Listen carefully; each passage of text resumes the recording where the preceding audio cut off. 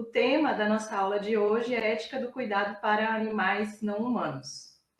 A aula de hoje está estruturada em 4 momentos.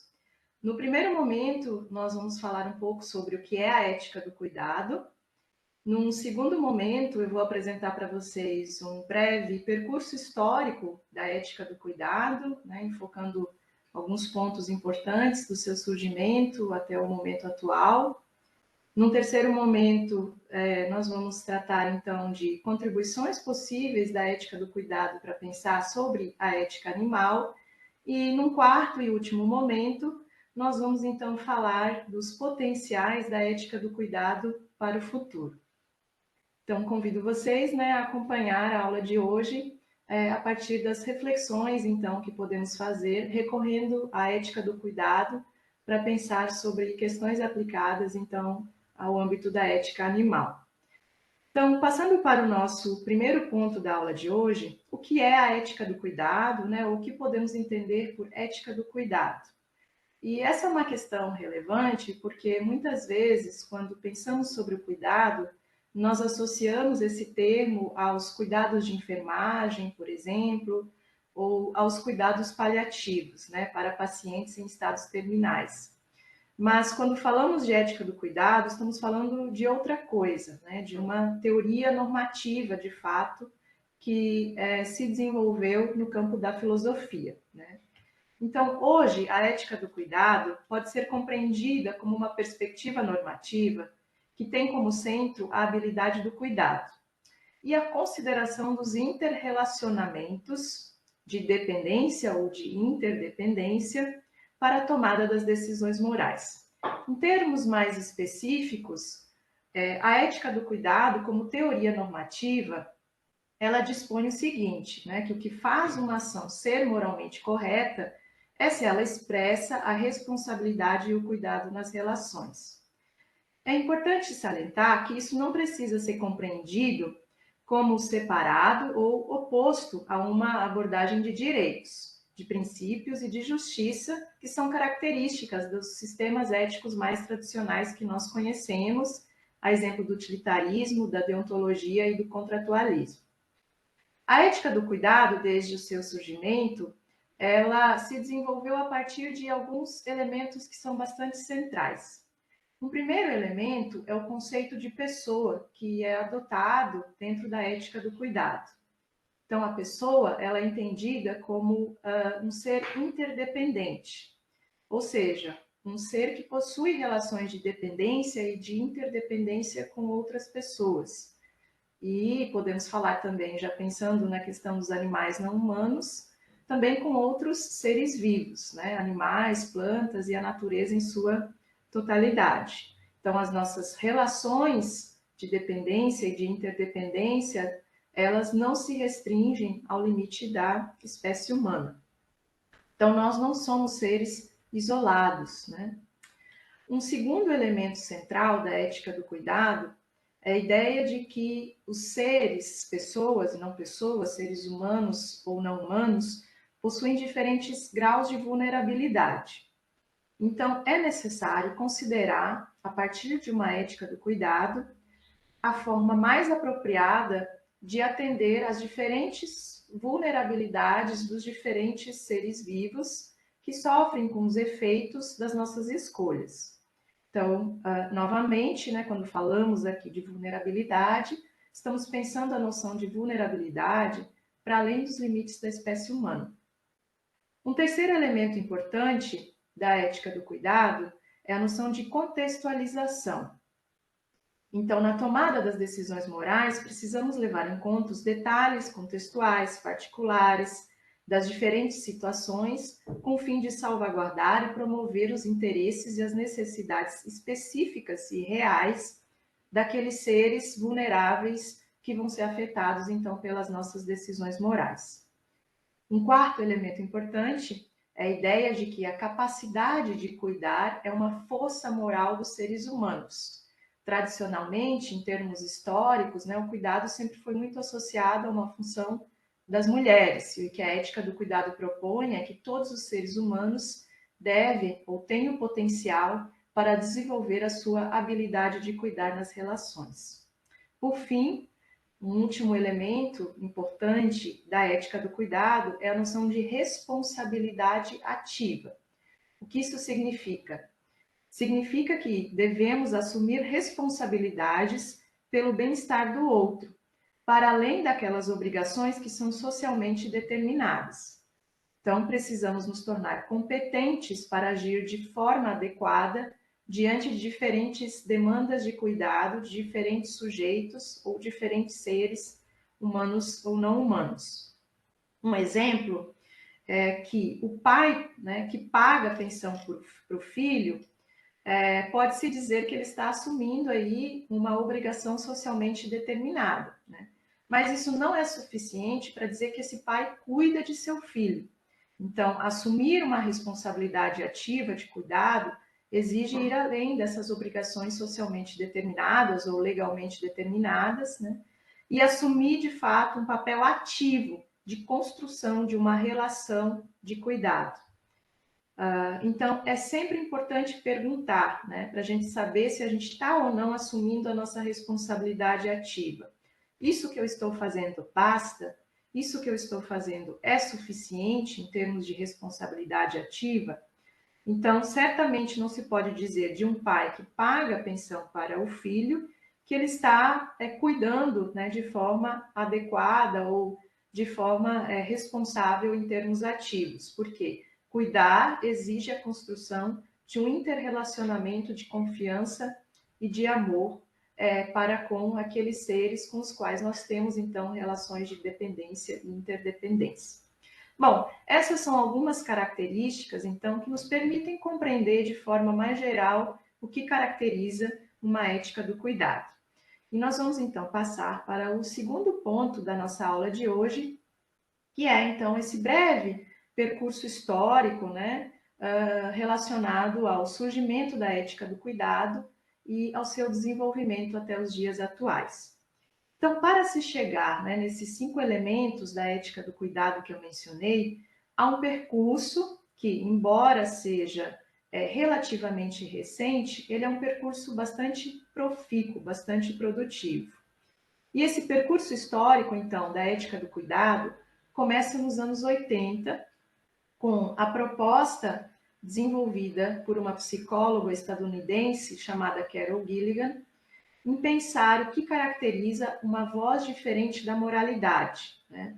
E ela publica, então, em 1982, o livro In a Different Voice, que é um marco inicial da ética do cuidado. Então, desde Carol Gilligan, né, nos anos 80, nós temos aí essa tentativa de pensar uma voz moral diferente, que seria, então, uma voz moral orientada pelo cuidado e a responsabilidade nas relações. Então, dos anos 80 até hoje, né, nós temos tentativas de pensar o cuidado, inclusive para além de sua função ética, e englobando, então, o campo político e também indo além dos limites da espécie. Então, com base nesse desenvolvimento, ou nesse percurso histórico recente da ética do cuidado, nós podemos falar aí em 3 momentos, que também são 3 campos diferentes interligados, que é o da ética, o da política e o da ecologia e dos animais, né? Então, podemos falar da ética do cuidado, tanto em termos mais de teoria moral, quanto em termos de teoria política, e também em termos de expansão da comunidade moral para além dos seres humanos, pensando tanto questões ecológicas quanto questões relacionadas aos animais não humanos. Esses 3 momentos, né, têm sido pensados aí nos últimos anos, aqui no Brasil, por 2 colegas minhas, a Ilse Sirbel, a Daniela Rosendo, né, e também, então, eu tenho tentado contribuir um pouco para esse debate. Então, o primeiro momento da ética do cuidado é esse momento da década de 80, quando ocorre a expansão da ideia, né, de que existe uma ética voltada para o cuidado nas relações, em meio ao campo da filosofia feminista, e que vai gerar, então, uma série de implicações críticas tecidas para repensar o campo da filosofia moral através das críticas pautadas no gênero. De forma bastante sucinta, as pesquisas desenvolvidas pela Carol Gilligan apontaram para isso, né, de que havia algo que estava sendo deixado de fora das análises do campo da psicologia cognitiva sobre o desenvolvimento moral humano, e essas análises, então, eram muito voltadas para a solução de dilemas morais por meio da aplicação de princípios e regras, ou seja, quem tomava decisões baseando-se na empatia, no cuidado, na manutenção de vínculos de responsabilidade, no caso desses dilemas morais, não tinha sua perspectiva moral valorizada. E é essa perspectiva que a Carol Gilligan, então, vai chamar de uma voz do cuidado nas relações. No segundo momento da ética do cuidado, é o momento, então, que a ética do cuidado vai romper as fronteiras da reflexão no campo da filosofia moral, e vários autores vão começar a explorar o potencial teórico-político da ética do cuidado. São discutidas questões que interferem de forma significativa no núcleo do sistema de gênero, que é o espaço doméstico familiar, e nas formas de organização e condução da sociedade. São questionadas as injustiças que resultam da organização desigual das atividades do cuidado, bem como certas pessoas na sociedade se beneficiam com o cuidado de outras, né, tornam-se privilegiadas, tanto no espaço doméstico quanto no espaço público. Questões importantes ainda para explorar as contribuições do cuidado no campo político são as seguintes: questões relacionadas à exploração a partir do trabalho de cuidado, o pouco poder que é atribuído, né, em termos políticos aos sujeitos cuidadores, em especial às mulheres. Então, as teorias políticas, né, até então, falam muito sobre a justiça como um ideal, mas pouco se ocupam das questões de injustiça relacionadas ao cuidado. E é à medida que a ética do cuidado ganha espaço nas discussões políticas, esses aspectos das injustiças passam a ser mais explorados. Um terceiro momento da ética do cuidado, que é o que mais nos interessa, então, na aula de hoje, é marcado pela integração da abordagem do cuidado e da valorização dos relacionamentos nas teorias morais animalistas e ambientalistas, destacando-se então o campo dos ecofeminismos. Eu trago aqui, em especial, o nome da filósofa Marti Kiel, que critica o que ela chama de uma ética de heróis e defende uma abordagem baseada no cuidado, e a Karen Warren, que propõe então uma ética sensível ao cuidado, cuja especialista no tema no Brasil é a filósofa Daniela Rosendo. É importante dizer que há muito ainda a ser pensado e a ser explorado sobre de que modo a ética do cuidado pode contribuir para pensar a expansão da comunidade moral para os animais não humanos.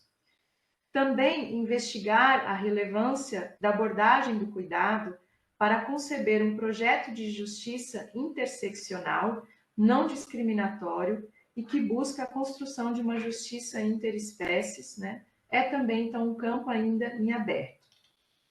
No Brasil, diversos filósofos, né, como a Daniela Rosendo, Fábio Oliveira e a Maria Alice da Silva, têm levado adiante essas reflexões no âmbito acadêmico e filosófico sobre os potenciais também de uma ética do cuidado para pensar a expansão da comunidade moral. Enfim, né, esses três momentos de desenvolvimento da ética do cuidado são importantes. Cabe ainda destacar que, quando a ética do cuidado surge, então, nos anos 80, várias críticas foram feitas a essa perspectiva. Só para citar como exemplo, eu trago as críticas de Béchamp e Childress, que são os autores da teoria do principialismo na bioética. Então, Béchamp e Childress escreveram que a ética do cuidado, ela seria uma espécie de teoria subdesenvolvida, né? Uma teoria moral incompleta. Talvez essa crítica faça sentido nos anos 80 e nos anos 90, mas de lá para cá, muitos teóricos, né, muitos pensadores e filósofos trataram de desenvolver justamente a ética do cuidado em termos normativos, como nós já vimos, desenvolvendo então uma série aí de características específicas dessa abordagem, que tornam então essa teoria uma teoria bastante desenvolvida, né? Uma outra crítica também feita nos anos 80 e 90 é a crítica de que a ética do cuidado seria uma abordagem demasiada contextual e hostil a princípios. Embora haja algumas autoras da ética do cuidado, que nós não vamos explorar aqui hoje, que tendem a ver a ética do cuidado como uma alternativa à ética de princípios, não necessariamente isso deve ser assim, né? Nós podemos pensar numa abordagem, que inclusive eu vou propor mais hoje no final da aula, na qual seja possível conciliar noções de princípios, noções de justiça e de direitos com uma noção de cuidado. Bom, assim então encerramos esse segundo momento da nossa aula, onde tratamos aí de um breve desenvolvimento da ética do cuidado, falando então das implicações ou das reflexões estabelecidas tanto no campo da ética, quanto da política, quanto no campo ambientalista e animalista. E assim passamos então para o terceiro momento da nossa aula, que se propõe a refletir então sobre as contribuições da ética do cuidado para a ética animal. Como eu já mencionei, a ética do cuidado tem sido aplicada ao meio ambiente e aos animais não humanos por meio de um diálogo, né, que é iniciado pelas autoras ecofeministas. Destaco novamente a filósofa Marti Kiel, que coloca o veganismo como uma prática de cuidado. Isto é, um elemento chave para uma ética do cuidado ecofeminista. E nesse momento eu gostaria então rapidamente de fazer uma citação aqui de um texto, né, da Marti Kiel, onde ela fala da contribuição do ecofeminismo para a ética animal. Então a Marti Kiel escreve o seguinte: a questão então é entender como a empatia e o cuidado por animais podem ser produzidos e por que isso tem sido tão ausente na história ocidental. Eu irei propor, né, aqui no caso Marti Kiel, 4 elementos-chave para o meu entendimento de uma ética do cuidado ecofeminista.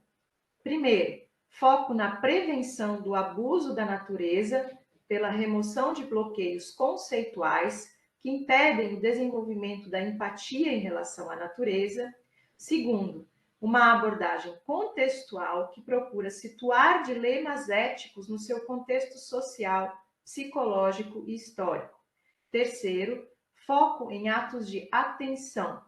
Quarto, prática vegana. Por vegana, quero dizer uma dieta que exclui todos os produtos de origem animal.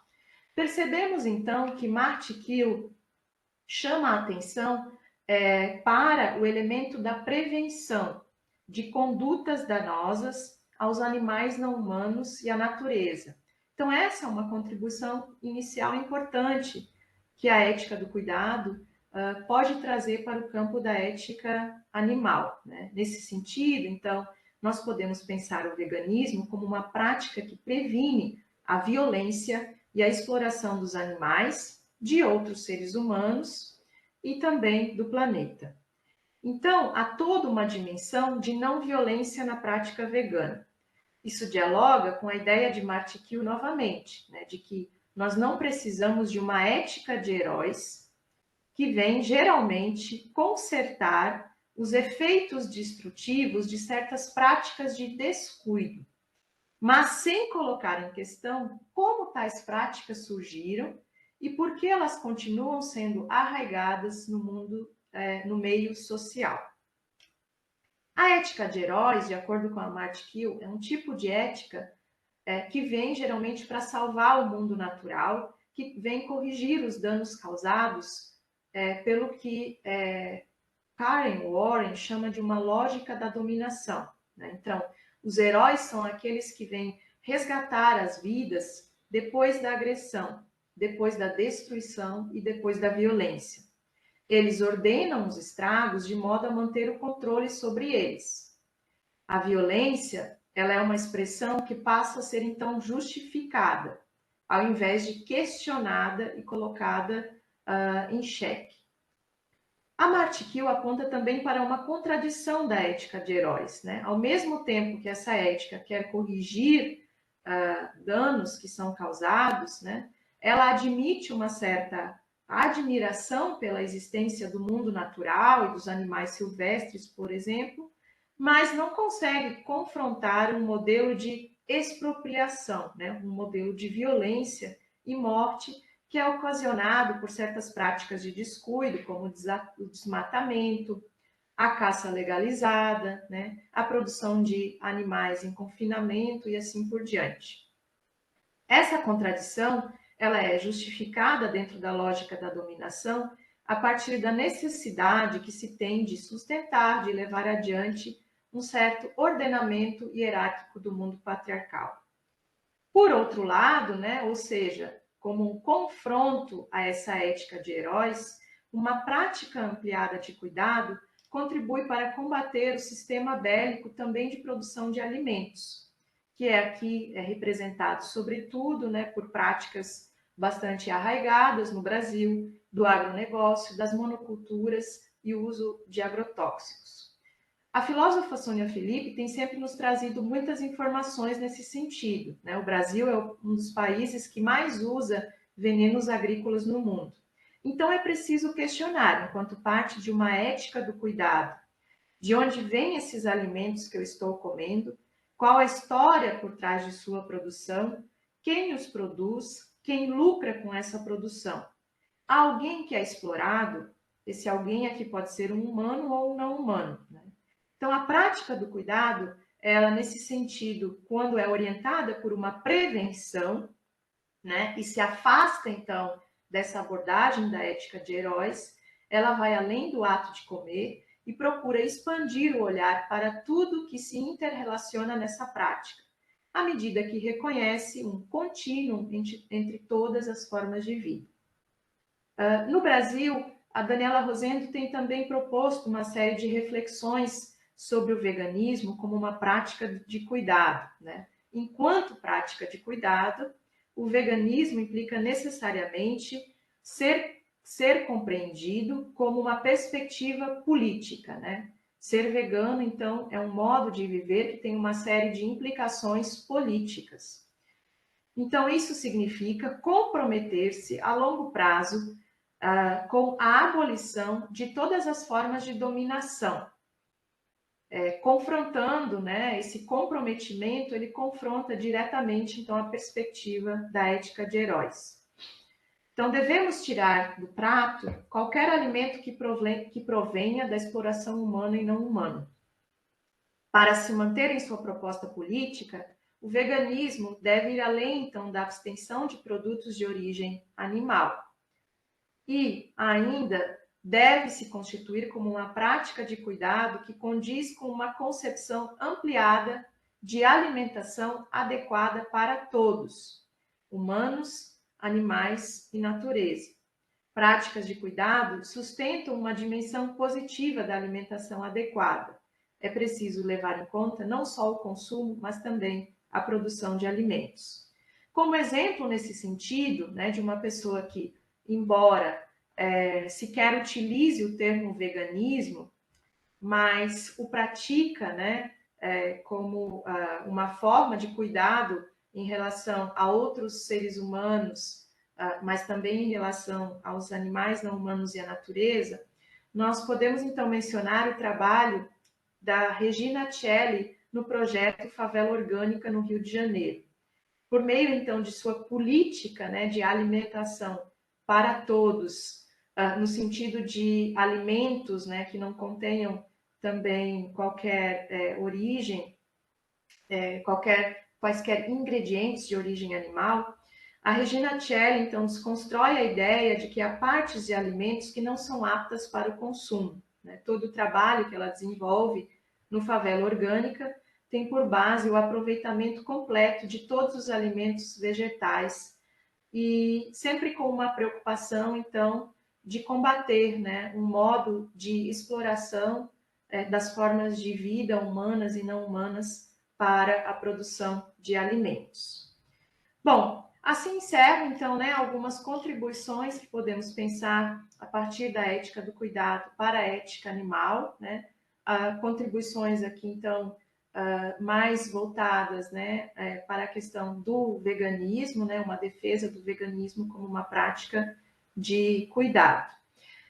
Nos momentos finais, então, da nossa aula de hoje, nós vamos tratar, então, dos potenciais da ética do cuidado para o futuro. Como eu já mencionei, né, ainda há muito a ser refletido e pensado a partir da ética do cuidado e sua relação ou sua importância e sua utilidade para pensarmos a ética animal. Então, tradicionalmente, né, quando falamos da defesa dos animais não humanos, essa defesa ainda está bastante pautada em teorias deontológicas, como a de Tom Regan, e utilitaristas, como a de Peter Singer, né?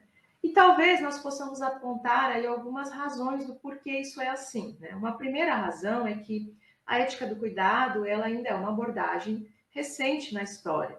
As perspectivas utilitaristas e deontológicas têm uma história muito mais longa. Elas remontam à modernidade, autores como Jeremy Bentham, John Stuart Mill e Immanuel Kant. E, embora também seja recente a tentativa de ampliação da comunidade moral dos seres moralmente relevantes, né, dentro dessas abordagens tradicionais, parece fazer mais sentido que, num primeiro momento, se recorra a essas abordagens que já têm, a essas abordagens que já estão estabelecidas na história. Mas a ética do cuidado pode contribuir, inclusive, para o aperfeiçoamento teórico dessas estratégias mais tradicionais, sem necessariamente excluir, né, todas as contribuições que já foram realizadas a partir das abordagens mais tradicionais. Uma segunda razão que podemos levantar, né, para compreender por que geralmente a ética animal é pensada a partir de abordagens mais tradicionais e não da ética do cuidado, é que também é recente a tentativa de pensar o cuidado para além da vida humana. Então, há muito a ser trabalhado, pensado ainda nessa relação entre a ética do cuidado e a proteção das formas de vida não humanas. Há espaço para discutir diversas questões, né? Há um trabalho filosófico a ser feito a partir das abordagens do relacionamento e do cuidado. Até porque, né, chamo a atenção aqui, existem muitas práticas que são reivindicadas como sendo práticas de cuidado, são confundidas com cuidado, mas, na verdade, ainda, né, se baseiam numa visão bastante hierárquica das relações entre seres humanos e seres não humanos. Então, há uma espécie de limpeza e clarificação conceitual ainda a ser feita para a gente pensar o que significa cuidar da vida de outros seres vivos, né? E compreendo que, nesse sentido, há um desenvolvimento teórico importante ainda a ser realizado para que nós possamos, então, de fato, adotar práticas de cuidado autênticas em relação à vida de seres vivos não humanos. Uma terceira razão, né, para compreender, talvez ainda esse papel não tão relevante, né, que a ética do cuidado tem para a ética animal, é o fato de que, historicamente, se estabeleceu uma grande confiança em direitos, em princípios e na legislação, embora eles também sejam excludentes, né? Ou seja, princípios, leis e direitos ainda excluem, muitas vezes, a proteção, né, de muitos indivíduos, ou, falando de outro modo, não são suficientes para garantir a proteção necessária à vida de outros sujeitos. As minorias políticas, até hoje, reivindicam proteções que são até asseguradas na lei, mas na prática não funcionam. Se entendermos os animais não humanos como uma minoria, isso também se aplica a eles, né? Então, parece ainda prevalecer um discurso hierárquico na atribuição e reconhecimento de direitos. O que eu quero dizer com isso? Muitas vezes há uma tendência de pensar que é preciso primeiro, né, garantir direitos aos grupos humanos para depois pensarmos nos animais, né? Então, ainda prevalece uma forma de raciocínio bastante hierárquica quando falamos do reconhecimento de direitos. Marti Kiel também está atenta para isso, né? Ela diz que precisamos, sim, defender direitos, princípios e leis como importantes para a proteção de animais não humanos, mas, ao mesmo tempo, ter atenção para o fato de que leis e princípios abstratos, bem como regras universais, nem sempre são tão eficientes enquanto se presume.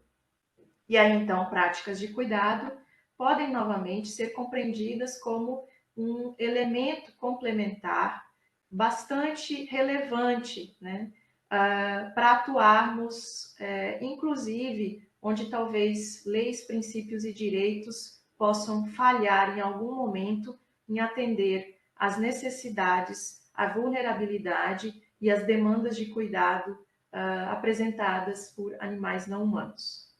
Apesar desses fatores, né, há diversos potenciais, então, na ética do cuidado para pensar questões animalistas. Um primeiro ponto é que podemos entender que a ética do cuidado nos permite contribuir para a desconstrução dos dualismos hierárquicos de valor e valorizar as relações de interdependência.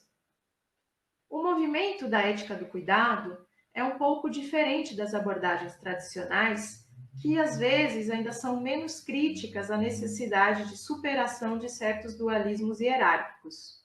Teorias tradicionais de reivindicação de deveres em relação aos animais nem sempre se ocupam muito de questionar certos dualismos, como, por exemplo, o dualismo humano-natureza, o dualismo humano-animal, o dualismo razão-emoção, o dualismo homem-mulher, entre outros.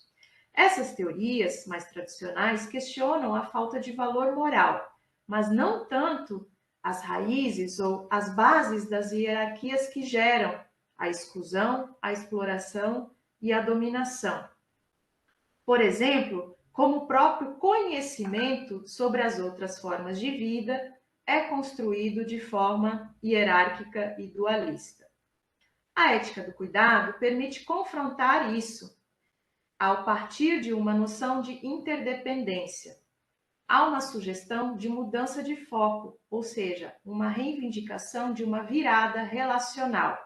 Então, da separação para a interdependência entre seres humanos e de seres humanos com outras formas de vida.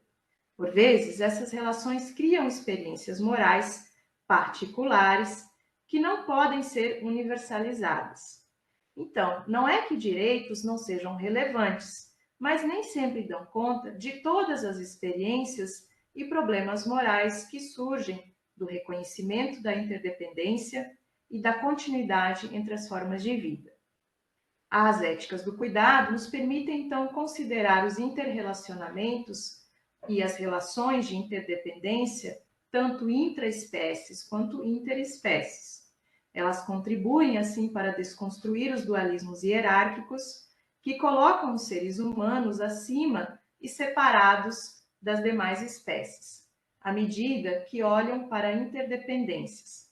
Com base na ética do cuidado, busca-se compreender melhor as relações de interdependência que existem entre as diferentes formas de vida humanas e não humanas, rompendo a concepção tradicional historicamente arraigada que é assentada no domínio humano sobre as demais formas de vida. Isso requer também uma mudança de atitude por parte dos agentes morais, o que depende, em certa medida, do que chamamos de um giro reflexivo, que rompa com o dualismo humano versus não humanos.